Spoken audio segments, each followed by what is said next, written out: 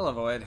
This one's probably going to be a quicker one since, like I keep saying, in most of the documentary movies that I review, with the exception of The Nightmare, last video, it's hard to go into a lot of detail on documentaries because it's just a lot behind the scenes, a lot of information. It's best just to sit down and watch it.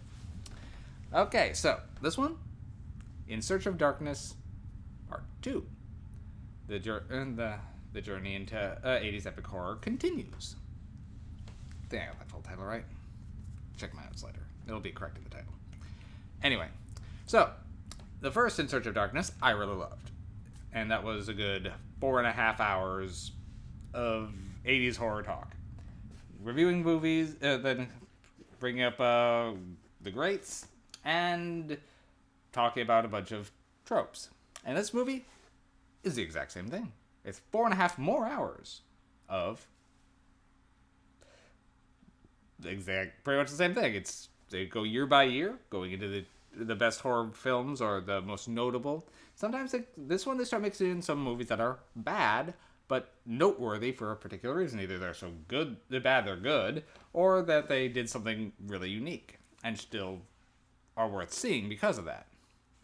So, a lot of they're starting to get into a little bit more obscure films here. There's still a lot of ones that they only touched on very briefly in the first one that are now talked about a little bit more. Otherwise, and the things that they talk about are, well, it's, again, more, this time they start having a little bit more on individual actors, where they actually have the actor talk about their own career, and other people will kind of chime in on a few parts, but you get kind of some one-on-ones with some of them.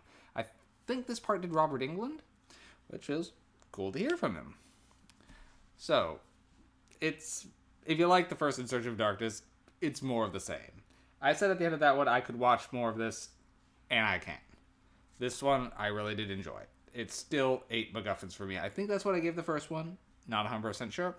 It keeps the 8. So, part 2 just lives up to part 1. This part, I'll actually say, when it came out, was... I don't immediately have that up. One second. My notes disappeared on me. Let's see, the first In Search of Darkness was 2019. The third just came out. But the second was 2020. So, part 2 is 2020. And, yeah, it's still worth seeing. I really enjoyed it. Soundtrack is great. And the topics, I could hear these guys talk about this sort of thing all day. So, there's a third part. I've already watched that part, but I'll cover that again. Again, it's probably going to be a short one. But, yeah. I'll see you guys later. Short and sweet. Watch the In Search of Darkness series if you have any interest in 80s horror. Can't say that enough.